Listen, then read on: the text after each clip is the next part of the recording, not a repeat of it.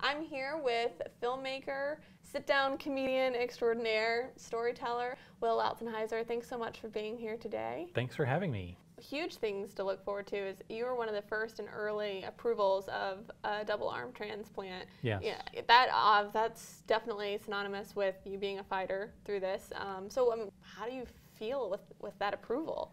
Well, I already survived a really horrible illness, so I assume that I will likely survive a 12 to 16 hour surgery, and following that rehab that will go on for another series of months, as I've already done rehab for 6 months and continuing as on an outpatient basis for a couple of years now. So this is just another few steps in that, and I'm really looking forward to regaining a lot of function and just seeing what happens.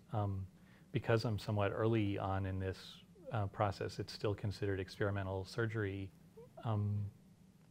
In a way, this is also useful to get data points on how well does this type of surgery actually work, and whether it really is beneficial. So this is something that I will be learning along with everyone else. It's kind of exciting. Very exciting. This is, as you kind of mentioned, kind of a continuation as the recovery. Yes. Film is one of your passions. What kind of relationship did you have to film throughout your healing process?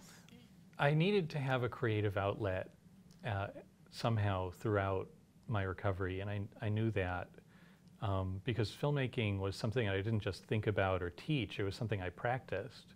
Not only making my own films, but collaborating with friends and with others to help make their movies.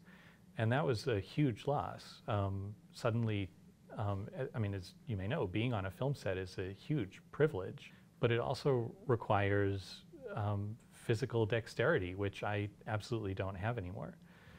And so that was a blow.